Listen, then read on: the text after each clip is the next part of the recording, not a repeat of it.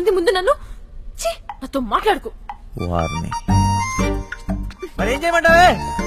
కౌగిలించుకొని ముద్దు పెట్టమంటావా?